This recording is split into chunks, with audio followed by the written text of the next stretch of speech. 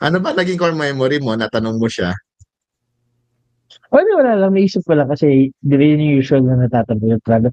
Ako kasi parang ang core memory ko dyan, international.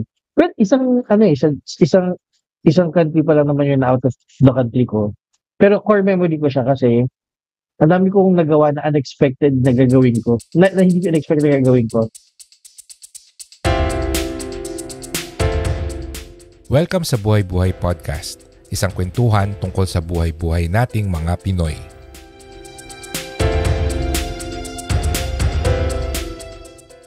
Because nothing beats a jet to holiday ba? Ganun. The holiday? Kaya nga, patutugin mo na lang after. Since yun naman yung nagte-trending. Grabe, nag-mainstream yung Audio na yun, oo.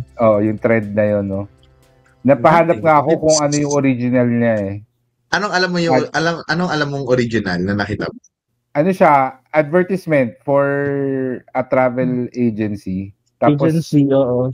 AI generated na basta yung may bata na babae na POV siya ng magulang or something na nagbabakasyon sila. Pero kasi una ko siya napanood sa TikTok, yung mga fail during travel, yun. Mm-hmm. Ako din, doon ko siya una napanood. Yung nasa waterfalls tapos nadulas. Yun yung naalala ko kasing una ko siya narinig. Yeah, tas hanggang sa naging general na siyang audio for anything na blooper or fail na situation. Kaya pala doon siya ginagamit. Noong una hindi ko din na-gets eh. Yun pala doon siya nauna. Mga travel na nalaglag, nadulas. Hike.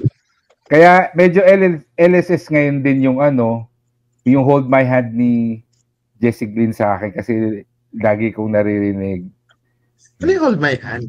Yung Darling Hold My Hand, yun yung gamit dun sa okay. Jet to Holiday na video na yun. Kano ba kadalas kayo mag-travel? Or may set ba kayo na na number of times na magta-travel in a year or very spontaneous lang yan? Bakit Ako pag may nag-aya. Ay, sige, go. Sige, go muna. Sige, go. Hindi, ako kasi pag may nag-aya, wala talaga akong set na, halimbawa, within a year, dapat makalabas, makagala. Nag-start lang naman ako last year. Kailan kayo nagpuerto? 2023 yata yun. Yun. 2023 ako nag-start na nagsabi ako sa sarili ko na parang, why not simula mo mag-travel? Kasi nga, ang dami mong na-miss nung high school. Hindi naman high school. Dami mong na-miss during the times nung nagtatrabaho ka, na inaaya ka ng mga high school friends mo tapos hindi ka sumasama because of your schedule. Siguro this time naman ng 2023, kaya nakatulong din yung schedule. Mas nakaluwag-luwag ka na magkala. So, nag-start ako noong 2023 doon sa Puerto. Then, kapag halimbawa mga may invites, hindi ko na tinatanggihan. Ang naging problema ko lang kapag nagsasabay. Kapag nagpapatong sila.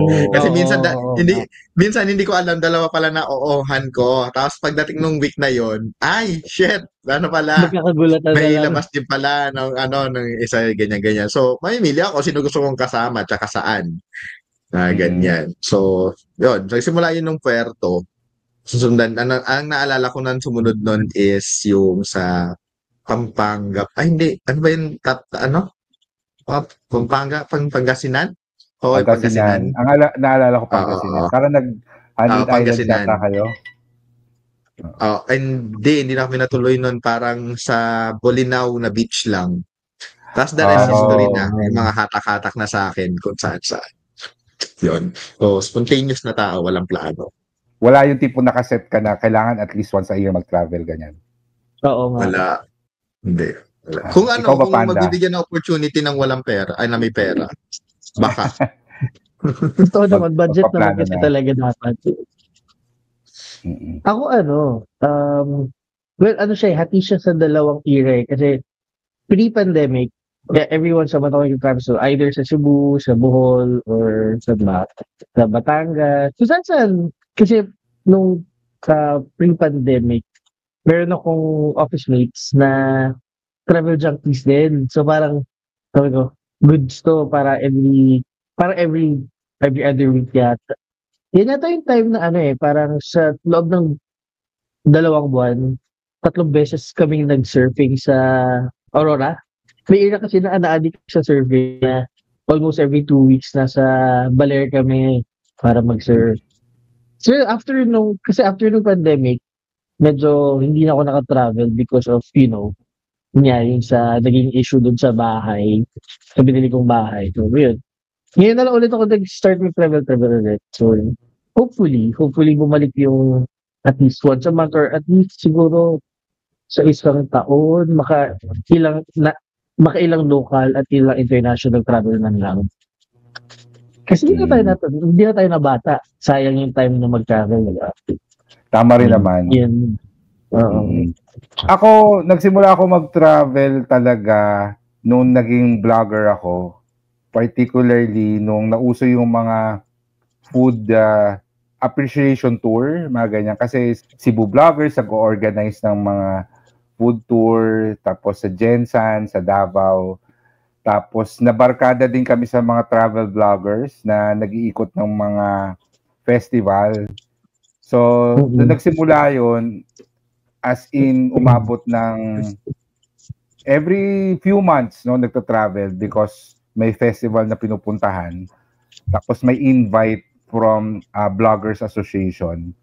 2010s hanggang mga 2015.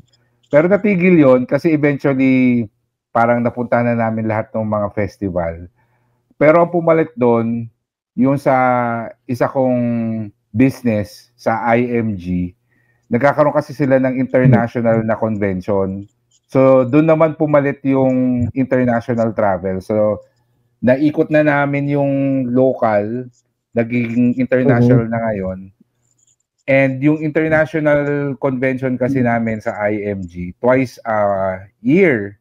So, minimum twice a year may international travel ako. And then, yung local, at least one every year. So, sa isang taon, 3 yung minimum. Hindi pa kasama yung mga speaking engagements na nai-invite ako sa kung saan-saan na probinsya. And dahil dyan sa speaking engagements na yan, nakakapunta ako doon sa mga hindi usually pinupuntahan ng mga turista, like sa Sultan Kudarat, ganyan, sa Maguindanao. Basta yung mga hindi mo maiisip na pupuntahan as a tourist. Kung ako lang yung tatanungin, siguro, para sobra naman yung once a month na travel, para napapagod ako. Inisip ko pa lang. Siguro, twice a year, okay na sa akin yun. Pero, hindi kasama doon yung mga spontaneous na road trips. Kasi, pag inisip ko kasing travel, yung sasakay ng eroplano, so, technically, hindi kasama dyan doon sa iniisip ko na twice a year na gusto ko yung punta ng Batangas, Tagaytay, or even La Union or Baguio. Kasi malapit lang eh. Oo. So, parang hindi siya counted na travel for me. But, road trip pa rin, di ba? Road trip pa rin siya. Road trip lang. Punta ng Quezon, ayan. Mga usual na destination ng biglaan na weekend, na long weekend, walang magawa. Yun yung madaling planuhin eh. Diba? Batangas. Yes. Even Puerto Galera nga pwedeng spontaneous. Kaya, Bilisan na lang, spontaneous na lang. Dati binibiglaan din namin yung Puerto Galera eh. Tapos, lalo na Baguio, tsaka La Union. Pwedeng biglaan. Lalo na ngayon kasi mas mabilis na ang Baguio LU. Parang nung last punta ko 4-5 hours sa Baguio na eh. Oo, 5 hours. LU pababa lang din. Oo. Ganang oras na. Ano ba itsura noon nung wala pa yung mga kalsada na yan?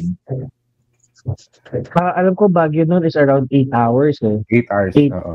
8-9 hours. Oo. Pag nagta-travel kami ng bus nun, sakit sa katawan, like bugbog ka sa biyahe. Kaya ngayon, okay na yung 5 hours, andun ka na. Tapos ang daanan, bundok?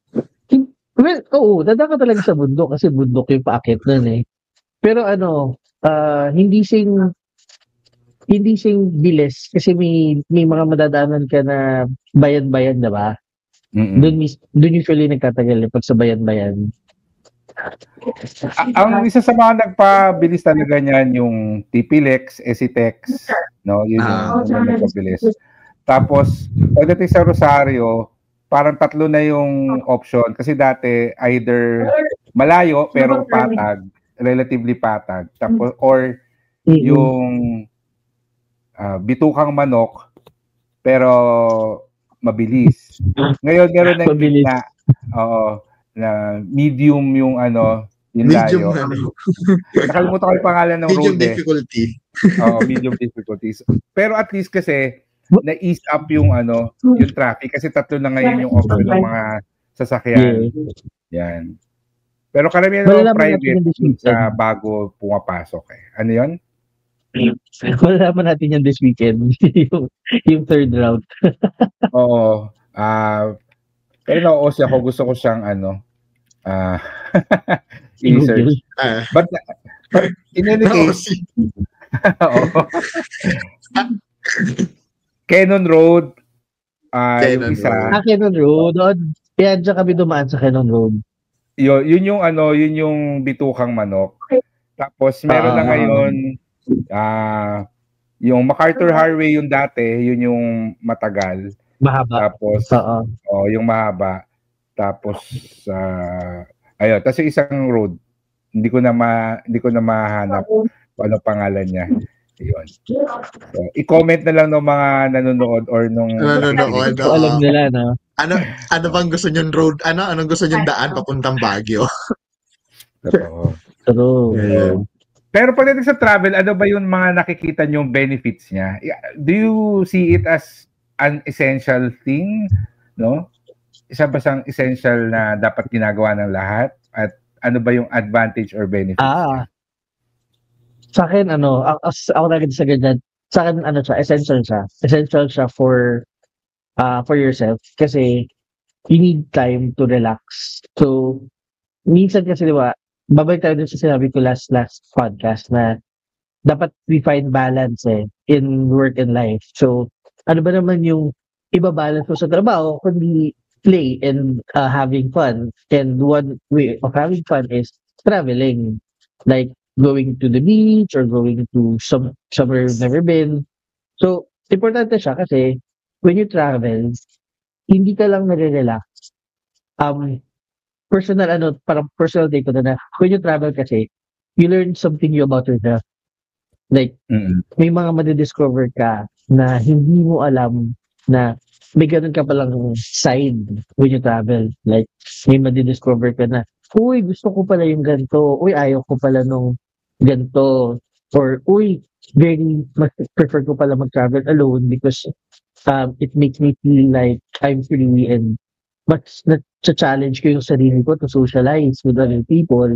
Unlike traveling with families and friends, minsan, alam natin yan, very restricted kasi hindi mo lang time yung isipin mo rin yung time ng mga kasama mo So, yun yung takeaways. Parang, it's essential if you want to know something different about yourself na hindi mo pa nakikita or na-experience. Ganun. Sa akin siguro, well, oo nga, essential siya, especially if you have the means naman din talagang gawin. Maganda yung point na mas nakikilala mo nga yung sarili mo. Kasi minsan pag nakulong ka doon sa isang area or sa isang lugar, kala mo yun na yun that's yun na. Pero kung may mapuntahan kang lugar, then may mga activities or meron kayong mga tawag dito, may mga culture sila na parang mas bet ko dito, parang alam mo yan, parang mas nakikilala ko yung pwede palang minsan kasi may mga culture o mga lugar na ang komportable mo, ang panatag mo dun sa area na yun. Naakala mo, within Metro Manila ka. Yun na ikaw, okay na ikaw, yung personality mong yun. Pero pag napunta ka dito sa lugar na pwede pala akong maging kalmado. Hindi pala pwede lahat rush or pwede pala yung lugar na ang linis naman dito, kaya naman palang gawin. Parang may matututunan kang something bago sa culture nila. Parang benchmark ng lugar. Na parang may ka doon, may matututunan ka sa sarili mo sa lugar, and kung halimbawang experience learner ka, Kasi kapag inaral mo yung history by the books, maganda actually history ng Pinas. Maganda history ng Pinas. Pero pag inaaral mo siya sa libro o kaya naman yung mga professor mo, depende sa professor kung magaling sila magturo, lively or very boring, doon mo ma-appreciate kapag na-explore mo yung mga lugar na yon kapag napuntahan mo na. Kasi mostly yan kapag halimbawa ano lang siya description lang sa books, description lang na ganito ganyan yung itsura ng lugar, pero may history kasi matatakel nila yon. Pag napuntahan mo doon, parang mas maintindihan mo, mas mafe-feel mo yung lugar na yung vibes, alam mo yun, yung ewan ko, siguro sentimental lang ang pagdating sa mga ganon. Kasi maliban sa mga lugar, museums, okay din sa akin kahit nakatenga ka lang doon eh. Yung ma-appreciate mo talaga siya. Ano mo talaga yung siguro experience ano lang talaga ako. Dapat nakikita ako, nagagawa ko para ma-appreciate ko siya. Mga ganyan. Kaya ba akong practice? Sa akin, more than discovering yourself, yung things about yourself, nag-widen kasi yung perspective mo dahil na-expose ka sa ibang culture, ibang lifestyle, ibang destination. And even if local travel yan, there's always something na iba eh. And I also consider it as something na dapat ginagawa ng lahat. Although hindi nga naman lahat can afford mag-travel. But on the other hand, para sa akin, yung kunwari nasa Paranaque tayo, yung mag-travel, quote-unquote, papuntang mag-Binondo, tapos Binondo food tour, yes, I can consider that as travel eh. So, kahit na nag-jeep ka lang papunta doon sa destination mo, that can still be considered as travel as long as in-expose mo yung sarili mo outside your usual environment, no? Outside your comfort zone. So, wala ka mang means na mag-travel na out of town or lumipad out of the country.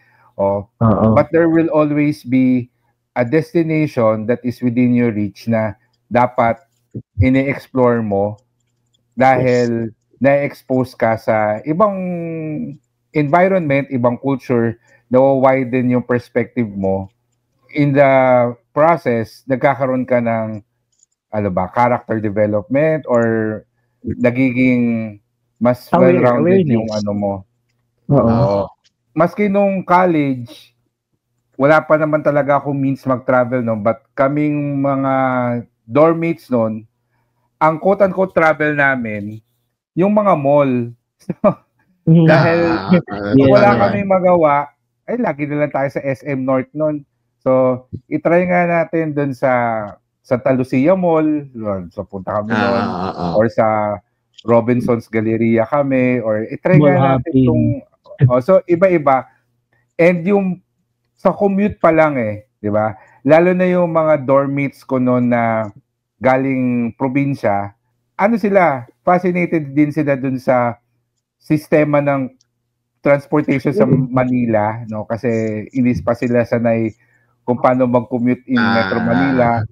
Yung iba, first time na mag-LRT. So, ginawa rin namin yun para dun sa mga taga-probinsya namin ng mga dormmates na hindi pa na-experience mag-LRT from Monumento to Baclaran. Yun lang yung ginawa namin. Tapos, that was considered travel. And, yun, kahit na simpleng ganun lang, may mga natututunan ka di ba? Lalo na kung mahilig ka mag-observe ng mga tao. Kasi, malalaman mo yung culture ng isang lugar just by observing yung paano gumalaw yung mga tao. Damit pa lang, alam mo na kaagad iba na yung culture ng bawat isa. Meron damit pa lang parang laid back pa ng mga tao dito. Di ba? Laid back naman ng mga tao dito. Ganyan. Ay, corporate, mga business mga tao dito. Damit pa lang makikita mo na kaagad yung personality. Share ko lang din. Kasi nung natandaan ko lang nung college, hindi yata namin kasama nun yung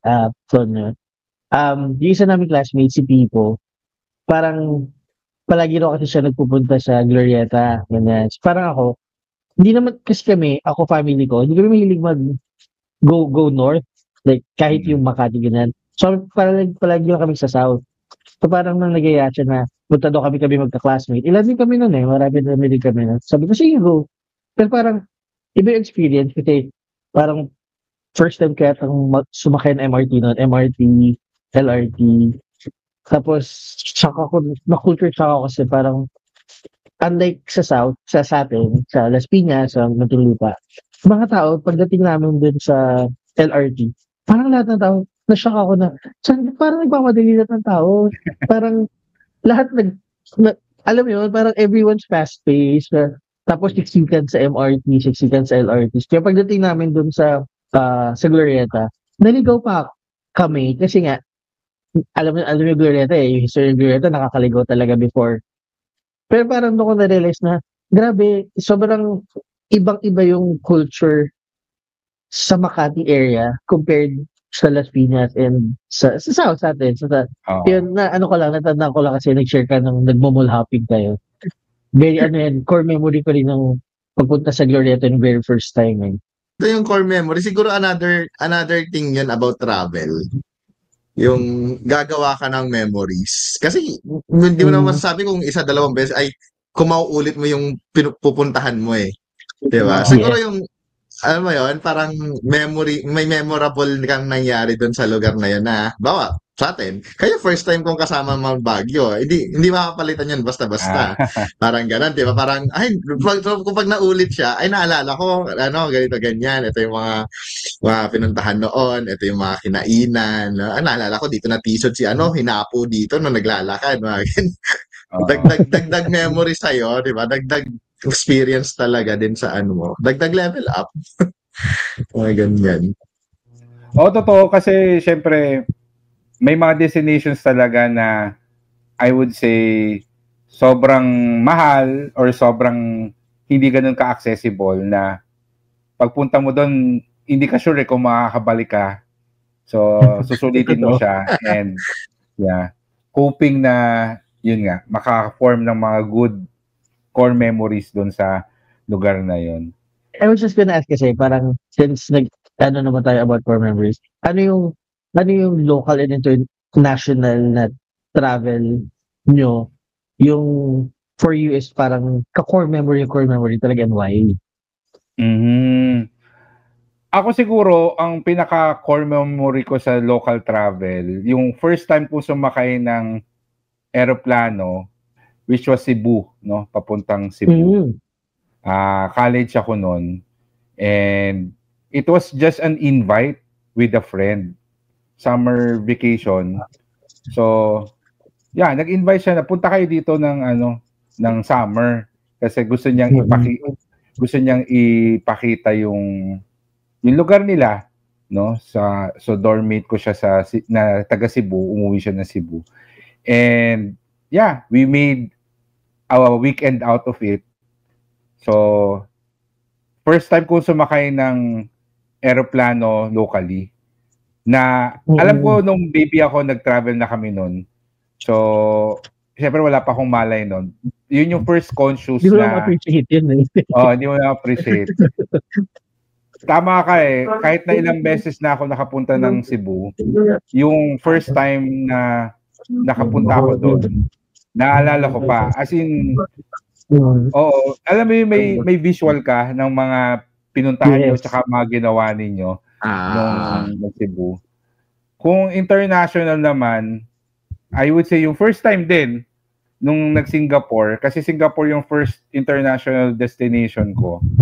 And bakasyon din yun, no? Hindi siya for business or something. And naalala ko yun, talagang pinag-ipunan din yun dahil 2 linggo. Kasi yun din yung naging mindset ko na mag-international travel ka, parang bitin yung 3 araw para susulitin mo na. So, 2 linggo. And it was during that time na hindi na ako corporate employee. So, talagang I can afford na ayusin yung schedule ko para mag-work online lang, remote work for 2 weeks. And core memory siya dahil I remember na first time ko nasabi sa sarili ko na ganito pala kung maayos yung transportation system ng isang city. Yes. Totoo. I agree. Kasi isa sa mga, yung pinaka-core memory ko, ang weird nga kasi isa sa mga una namin ginawa doon was tinuro sa amin yung MRT system nung friend ko. Kasi meron akong friend na nag-work na sa Singapore. Pero kasi, di ba, 2 linggo, hindi naman niya kami masasamahan ng 2 linggo doon dahil kailangan niya magtrabaho.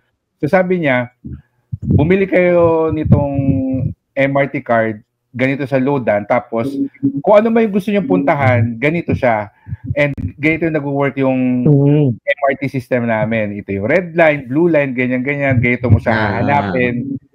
So ako, sobrang fascinated ako dahil unang-una, yung oras na pag sinearch mo, kunwari sa Google na by MRT, 16 minutes yung papunta doon sa destination. Eksakto, 16 minutes nga. So, hindi ka naka-experience ng traffic. Tapos, doon sa mga Google Maps na instructions, may kasama na maglalakad, di ba? Maglalakad ng 10 minutes, 15 minutes. Sabi ko, okay ba maglakad? And doon ko rin na-experience yung isang walkable area or walkable city. So, yun yung pinaka-core memory ko doon sa first time na international travel. And I would say nasundan siya ng ganong klaseng appreciation sa ibang bansa na syempre hanggang ngayon hope pa rin natin for Metro Manila, but ganun yung sistema. Yun talaga yung unang tumatak sa akin ng international travel, kung gaano ka-efficient yung transportation system nila. Yun. Siguro ang ma-share ko dyan sa mga core memory, siguro mostly kapag tinanong mo na ganyan, good thing yung sasabihin. Ay ako pa man din, may ugali ako na halimbawa may nangyaring kakaiba or masama or lagi kong sinasabi kapag sa ganyan na hindi part yan ng travel kasi para may maalala tayo. In which, siguro yun yung isi-share ko. Kasi isa sa mga naalala ko is yung na police or nagkaroon kasi ng banggaan. May nabangga kami ng pamilyang pauwi ng Quezon City. Nasa Pangasinan. Sa Pangasinan dyan. Nabangga kami ng pauwi ng Quezon City. Tapos matanda. Nakakaawa naman din. Tapos pamilya sila. Pero yung mga kasama ko kasi, hindi din talaga, katama din. So, siguro, yung nakaset na gagawin doon, kinain nung nasa police station kami. Hindi lang natapos sa police station, pati sa hospital, kasi nga, yung isa namin kasama, parang, basta may masakit na kailangan ipa-check, either ipa-x-ray or basta ma-cleared lang. Kasi kung halimbawa magkakaanuhan ng gastos, kami nasa tama, kami yung nasa linya . Siguro tapos nabangga. So, syempre, papasagot dun sa nakabangga. Nagkakatoksika na yung lahat na parang ano ba yan? Sayang yung oras, nandito tayo, mga ganyan. So, yung stress na lahat. Lagi ko lang talagang binabanggit sa kanila. Kasama yan. Kasi para may pag-usapan tayo pagbalik. Hindi yung kasi minsan pag sobrang good memories, lahat ng ginawa nyo nag-fly away na lang . Basta masaya kayo, happy kayo . Yung madalas naman ganun . Kapag halimbawa medyo may bad side, mga ganyan. Ang unforeseen circumstances na mga ganyan. Naalala niyo yon yung nabangga tayo? Mas madali siya maalala . Unforeseen. So naalala niyo yung nabangga tayo, tapos matanda, actually nakainom siya. Nakainom yung matanda, yung tatay nila. Pero hindi laseng, nakainom kasi naaamoy siya. Siguro, ang funny part na lang doon, since meron kaming isang aklang kasama, nakuha niya yung number ng police. Hindi ko alam kung paano. Wala? Okay. Nakaharot pa. Parang, nakaharot pa siya, hindi ko alam kung paano, kasi parang, nagsimula lang siya doon na ang moreno man tignan, ganyan-ganyan, tapos nakipagkwentuhan yung police, probinsya nakipagkwentuhan, ganyan-ganyan, tapos yun nga, parang inofera na ng sunblock kasi lagi ka daw nakatayo sa labas, ganyan. Doon simula. Close na sila. Sabi ko, ang bilis. Tapos, number na siya. Ako, ang naalala ko lang doon na in-interview ko, pero syempre sabi sa akin, bawal. Ano pong kaso or ano po yung nung mga nakakulong? Kasi napoporma din ako doon. Ah, Nakaano oo. ako nakatenga lang kami doon naghihintay. Kasi yung mga may mini cell sila doon na meron Yeah. dalawa, tatlo yata na May kulong. Ay holding sir, cell bawal sila. po sabihin. Oo, bawal po sabihin. Ganyan, Ah, ganyan, ganyan. Kasi very konti lang yung tao nung police station. Inabot kami ng hanggang madaling araw. Nabunggo kami mga 7, 8 ng gabi. Parang gano'n. Mm. So, hanggang tagal alauna, din. 2:00 yun. Wala ka na mahanapan na nagugutom ka na. Kung ano na lang na malapit na convenience store na nandun or yung ihaw-ihaw na kung meron mang bukas, naalala ko. Siguro isa yun sa Oo. mga maaalala ko lagi kapag halimbawa nagta-travel na lagi mag-ingat. Well, hindi pala. Totoo naman. Totoo Tsaka din. minsan hindi mo din control Hindi mo din control. Maingat kayo pero yung nakabangga yung yung mga ganyan. Ano ba naging core memory mo? Natanong mo siya. Wala lang, naisip ko lang kasi di rin yung usual na natatanong yung travel. Ako kasi parang ang core memory ko dyan, international. Well, isang country pa lang naman yun out of the country ko. Pero core memory ko siya kasi ang dami kong nagawa na unexpected na gagawin ko. Na hindi ko expected na gagawin ko. Yun yung first time ko. So, nagpunta ako sa Japan kasi doon nakatira yung mom ko. Parang nagstay ako ng ilang buwan, gano'n. Tapos, yung core memory ko doon is yung first ever na-climb ko na bundok sa Japan. Tapos, ano to like, in my whole entire life, ito yung unang napakit ko na bundok na hindi ko na abot yung summit kasi hindi ko alam na ganun pala siyang kataas. Mm. Pero masaya ako kasi na-try ko siya. So, first ever climb ko is sa Mount Fuji. Dumating kami doon, madaling araw. Tapos, naabot ng mga friends ko yung summit. Andun ako sa second station before the summit So, andun na halos na. Pero hindi ko na kinaya kasi sobrang taas na. Yung oxygen, medyo mababa yung oxygen kasi di ba may sakit ako sa puso. So, parang hindi mo kinaya. Pero yun yung first ever core memory ko, yung nakaakit na ako sa Mount Fuji. Hindi ko man naabot yung tuktok. Pero, yun lang. Wala lang. Natawa. Naitapak mo naman yung paa mo. Ganyan.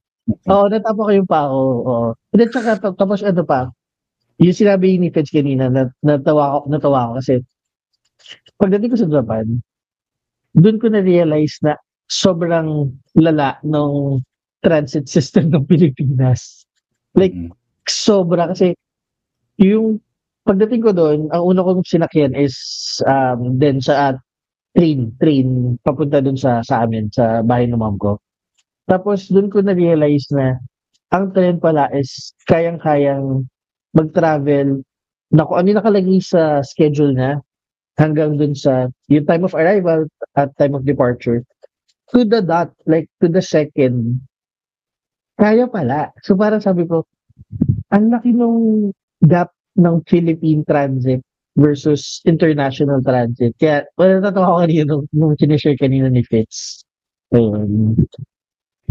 Oo, di ba? As in, willing ka pa na mag-public transportation kaysa mag-taxi or magdala ng sasakyan kasi sobrang efficient niya na alam mo kung paano makapunta doon sa kailangan mong puntahan sa oras na kailangan mong nandun.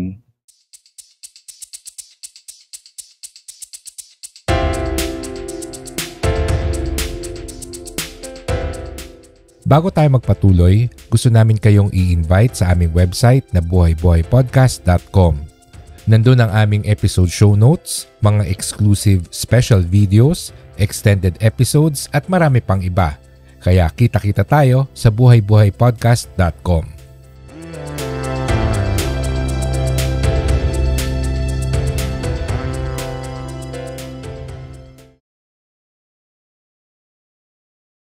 Usual na tinatanong kapag magta-travel or about travel is, ano ba kayo, budget traveler or yung luxury traveler, backpacker? Kayo ba? Ano ba kayo? Ako backpacker. Backpacker ka. Ako Pwede bang ako backpacker backpacker na usually either may pag ganyan, dalawa lang siya, either magta-transient ako or meron akong dalang sariling tent. So, ayun, literal na backpacking yung ginagawa ko. Bira lang ako, usually nag-ano lang ako, nag-hotel lang ako kapag ang kasama family. Kasi, syempre, alam namang pagpatuloy ko sila sa tent, di ba? Ayun. Ikaw, Tol mo. Pero cowboy din, gusto ko sabihin na pwede ba spontaneous na budgeted? Kasi syempre, may limit lang din akong gastos, pero hindi naka-budget yung gastos na yun. Halimbawa, basta mag-spend lang ako ng ganito. Halimbawa, sabihin natin, 8K, ganyan. Kung sa sobra man, okay lang kasi nandun ka na naman din. Well, pero hindi siya naka-itemize. Kung halimbawang, ngayon natin, no? Hindi ako makakatulong sa ruta, hindi ako makakatulong kung saan yung lugar, hindi ako makakatulong kung anong gagawin. Basta magiging present lang ako. Tapos kung may kailangang bayaran, mag-share na lang ako. Siguro kahit dun sa mga previous na kasama ako lumabas, since wala pa kasing part na ako yung nag-asikaso or nagayos. Kasi mostly naman, ako kapag ganyan, ako lagi ko sinasabi na okay sa akin. Wala kayong magiging problema sa akin. Kaya namang makahanap ng pagkain, kaya namang makahanap ng tubig, kaya parang hindi naman ako maarte sa ganon. So kayo yung kaya lagi kong inaano dun sa ibang tao kasi hindi ko alam kung may maselan ba sila. Ganyan ba sila? Ako, parang pinapakita ko, hindi ako intindihin, huwag kayong mag-alala. Kung wala, edi wala. Kung may mabibilhan, edi mabibilhan. Kung may mahihiraman, edi pahiram. Parang ganyan. Siguro very, very spontaneous lang. Kung hindi nakaplan. Kung yung araw na yun, isa lang yung mapupuntahan, okay lang. Di sulitin yung isa na yon. Kung halimbawa may nadagdag, edi sige, puntahan natin. Kung mag-i-stay lang muna, goods lang mga ganun. Very spontaneous pa din talaga pagdating doon sa ganun travel. Basta siguro may pera lang din na pagkain, tsaka pang bili mo na mga kailangan. Parang ganyan. Kasi parang ang hirap naman pag nasa ibang lugar ka, tapos wala kang pera. Mahirap na. Kailangan may budget kang nakasobra. Nakasobra din. Ako, in terms of saan magsistay, usually, gusto ko rin dun sa mura na at the very least, komportable na tulugan. So, hindi ako mahilig mag-book sa mga 3, 4, 5-star hotel, resort, etc. I'd rather stay dun sa simple na boutique hotel, basta yung mga business hotel or yung accessible na accommodation. Kasi pag masyadong maganda yung inistayan mo, feeling ko tatama rin ka rin umalis. So at least meron kang incentive na mamasyal, lumabas, no? And para sa akin, yung accommodation mo, pahingahan siya. Kasi nga kaya ka nag-travel to see the most out of the destination.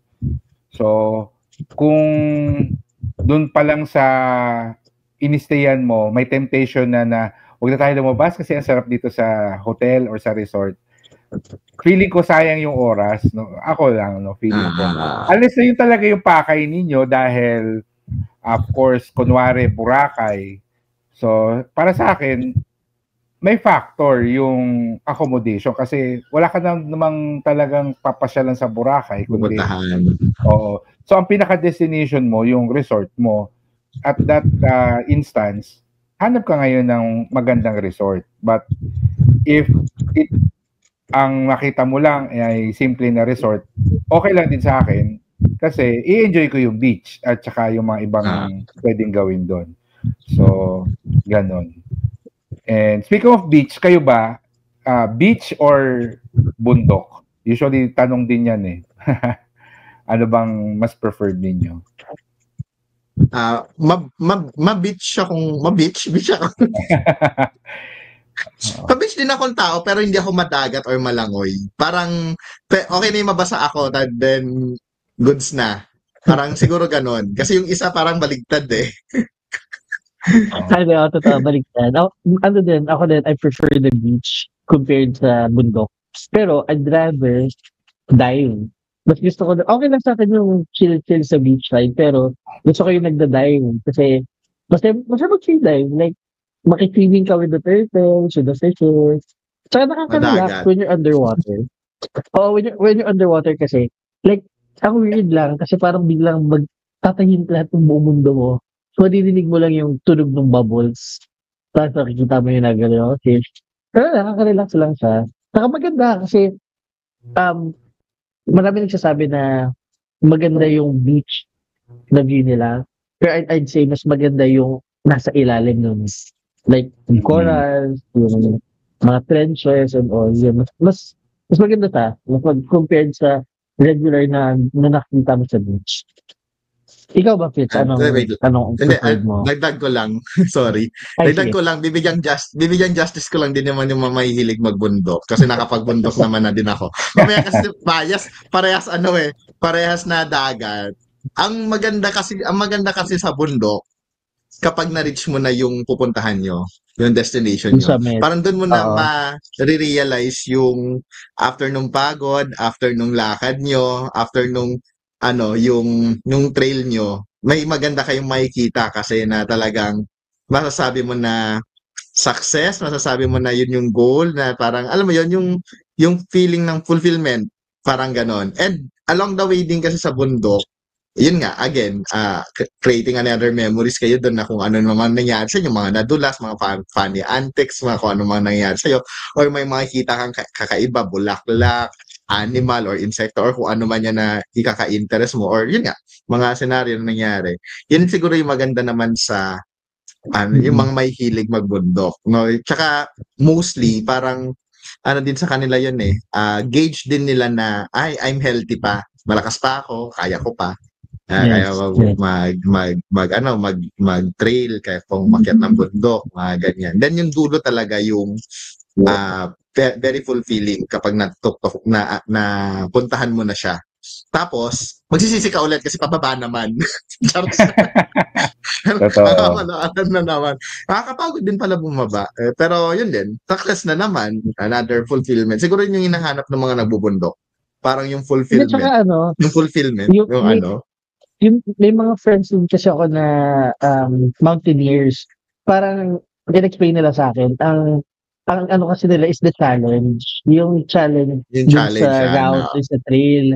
Oo, yun yung hinahabol nila. Tapos after nun, chill-chill sa taas ng bundok, inom-inom, ganyan-ganyan, tapos pababa ulit. Yung challenge parang yung challenge yung mostly na karamihan sa nag-explain sa akin, parang yung hinahanap nila yung challenge na makonquer nila tong bundok na to. Lipat sa kabilang bundok na mas mahirap, gano'n. Yan nga.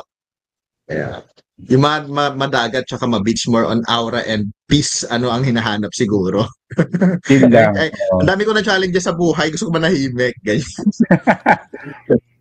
Totoo, actually, kaya ako beach din ang pipiliin ko kasi ayoko nung physically challenging na type of travel ng pagbubundok. Okay sa akin mag-trek, yung lakad, pero yung mountain climbing or yung ganun nga na merong physical challenge, hindi ko siya gusto dahil gusto ko nga mag-relax pag magta-travel ako.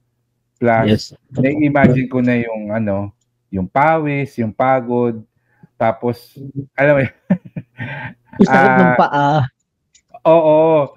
Na tipong kailangan mo ng bakasyon kapag uwi mo from that vacation. Alam mo yun? Yeah. So, mas preferred ko ang beach. Or actually, not necessarily beach, but mas preferred ko yung mga bakasyon na chill lang. Alam mo yun? Hindi masyadong... Mga para staycation effect yun. Oo. Just going around. Ayan. Feeling ko in either way, after your vacation, gusto mo pa ng isang bakasyon. Kasi yung isa, dahil sa pagod ng trekking, pagod ng physical activity, kaya gusto mo ng bakasyon. Yung isa, dahil sa sobrang kalmado mo, kulang pa, gusto mo pa magbakasyon. May hangover ka. May sipangs ka. Totoo. Ganyan. Last question, pagdating sa travel, ano ba kayo? Kayo ba yung itinerary or yung tipong spontaneous? Pagdating doon na lang natin isipin kung anong gagawin natin. Spontaneous talaga ako Pwede ako mag-isip na lang ng pagdating doon, sige, anong gusto nyo gawin? Kakayanin naman or along the road, along the Tsaka mo na lang iisipin. Habang nasa biyahe doon, Ako, okay ako doon. mag-search kung anong pwedeng gawin. Doon po eh. Basta may pag-i-stayan o or meron ka lang isang nasa isip na pag nagawa mo na yon or napuntahan mo na, bala na. Basta napuntahan or nagawa mo yung isa. Ako 50-50, like 50% spontaneous, 50% plan kasi depende siya sa pupuntahan. Kapag yung pupuntahan ko, meron akong in mind na specific, sabihin natin sa Baguio, pag alam ko sa isip ko na kaya ako pupunta ng Baguio kasi gusto ko pumunta sa Viscus kasi gusto ko nung strawberry shortcake nila, ganun. Ano na yun, matik na yun, dapat ano man mangyari, yun dapat mapuntahan ko. Or parang example, parang kung magpunta ng Baguio kasi gusto manood ng Cozy Cove. So, technically yun, nakaschedule na.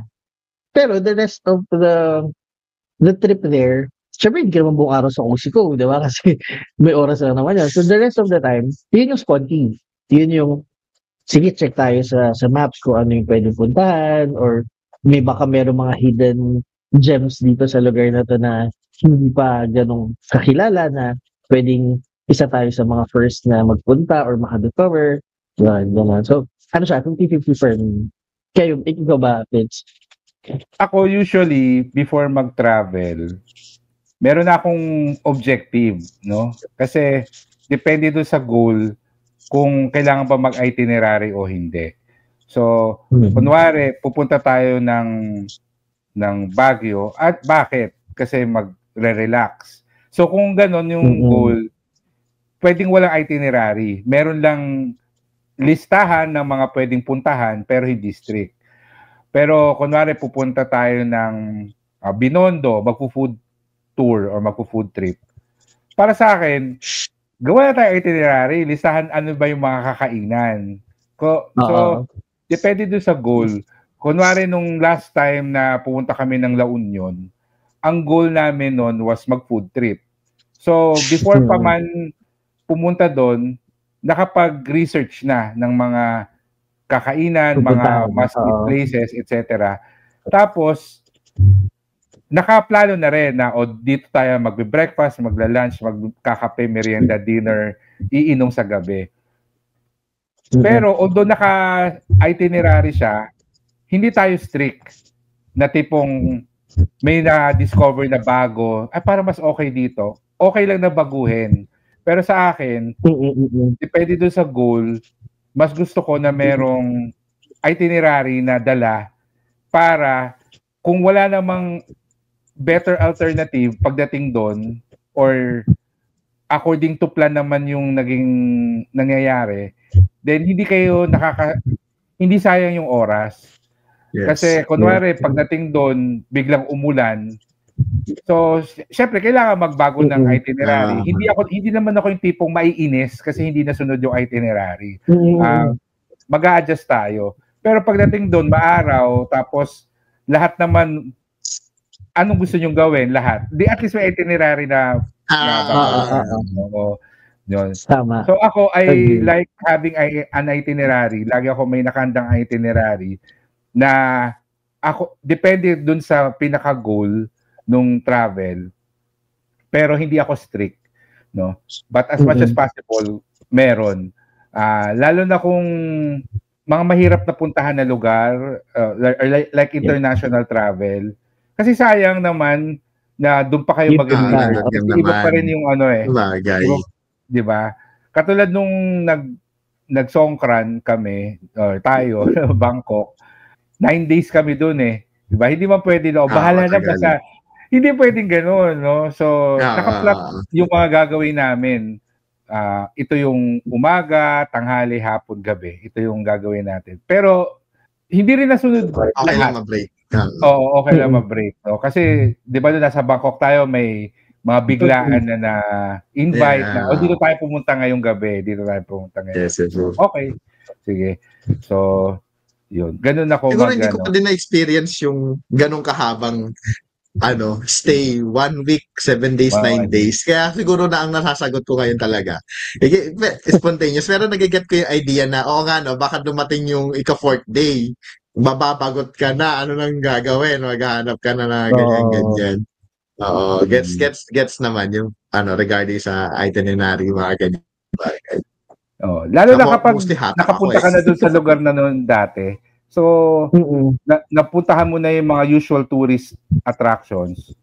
So, kailangan mo na mag-isip kung anong gagawin. So, for example, pagpupunta ng Cebu, so napunta ko na yung mga Magellan's Cross at alam mo, the usual na tourist spots. So, usually pag pupunta ng Cebu, food trip na. And minsan, mas specific pa eh.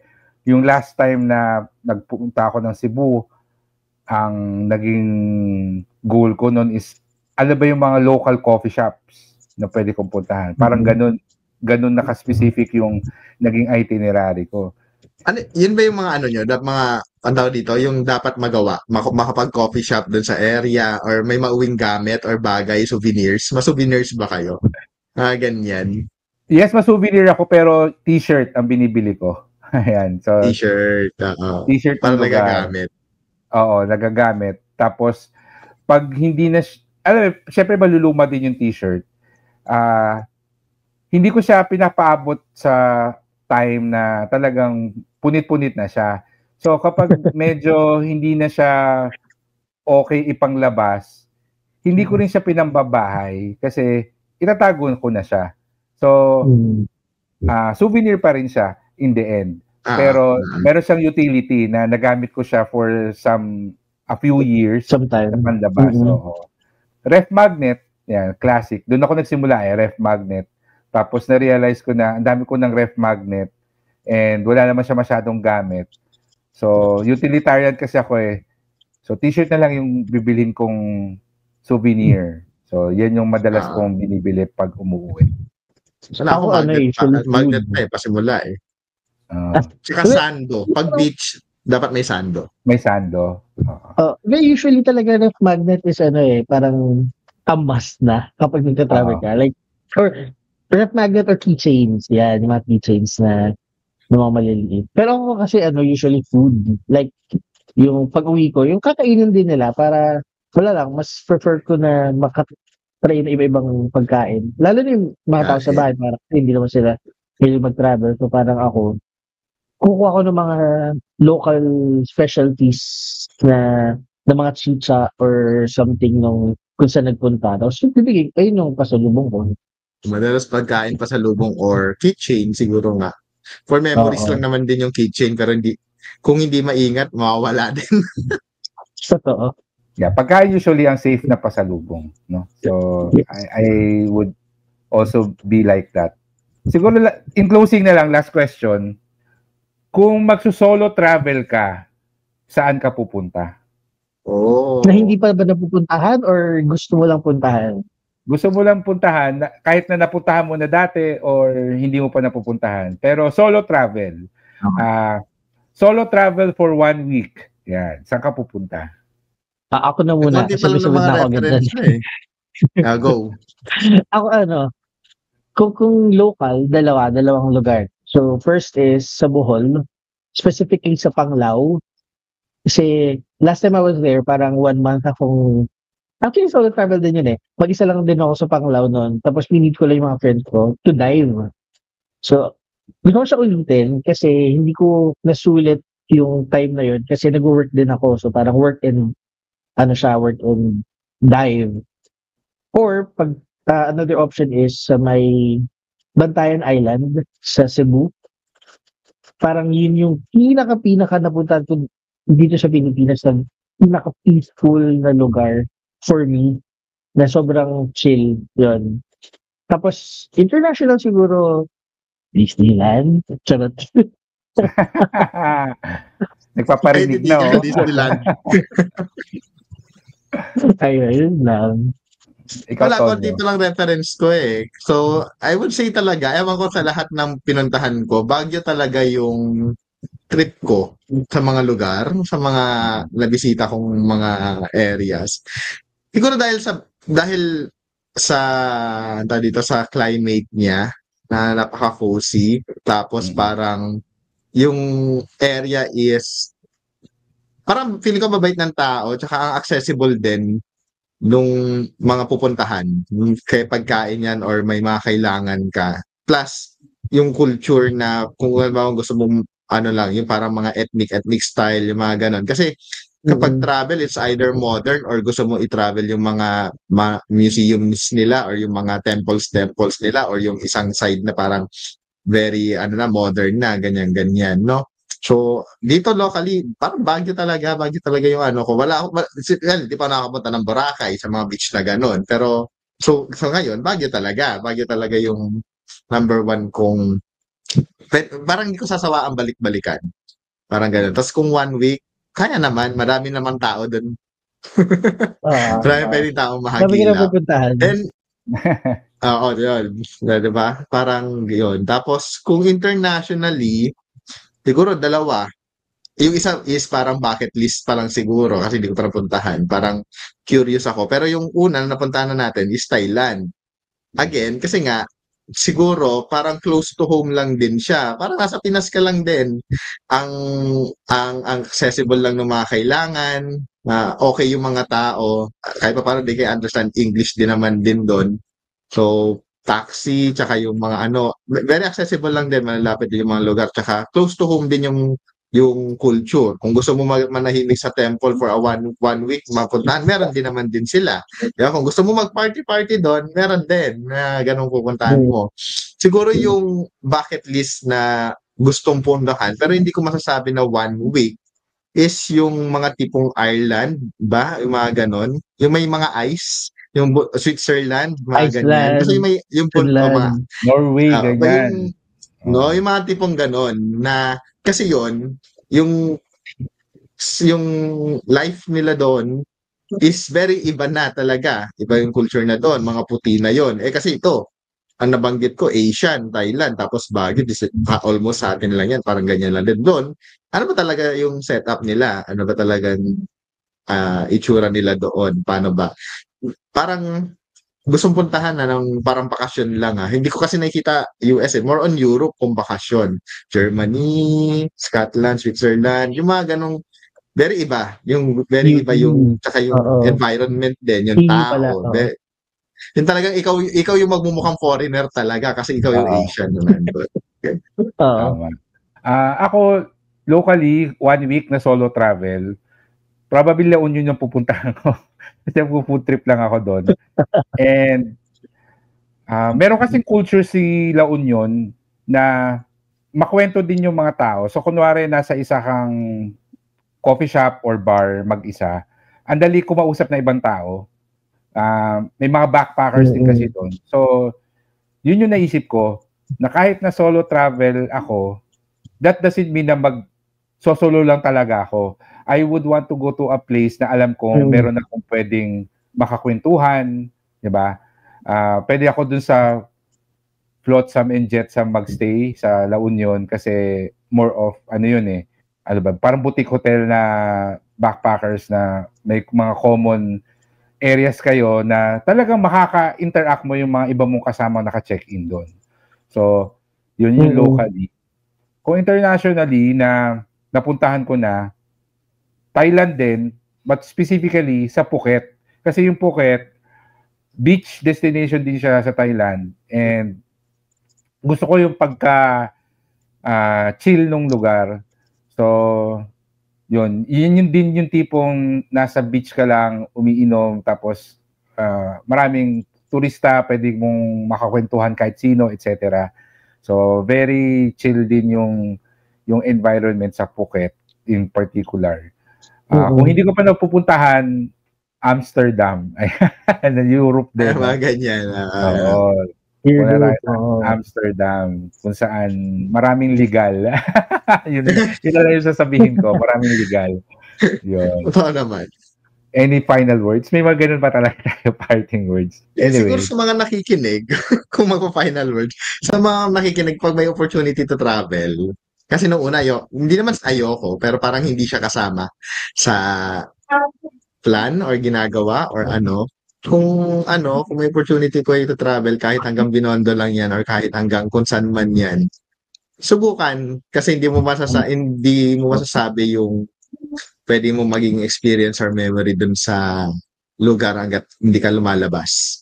Ganun. Kasi kung nakakulong ka nga lang doon sa isang area, hindi mo pa kilala ng lubusan yung sarili mo dyan. Marami ka pang may explore. Marami pang opportunity outside ng mga circle or area. Ako naman, I would say, if you can, at the very least, try traveling alone at least once in your life. Kasi iba yung liberation na magawa mo mag-travel alone instead of traveling with friends and family. Lalo, sobrang masaya yung experience. Kasi you get to go out of your comfort zone, and that's a big plus when you're traveling. Hindi talaga, kailangan mo talaga ng lakas ng loob kasi when you travel. That's it. And tapos have fun. Like, if you're already there, experience whatever you can experience. It's to the fullest. Sayang di ba? Nagagala ka na rin naman eh. Pwede mo pa ba sarili mo, di ba? Yun lang. Yun. I agree. No, napakalaki ng mundo and kailangan natin siyang ma-explore kasi kailangan natin lumabas sa comfort zone natin dahil kailangan din natin na pinapalawak yung ating perspective. No? And travel is one of the best ways to experience other cultures and to open our minds to new ideas, to different way of thinking, different values.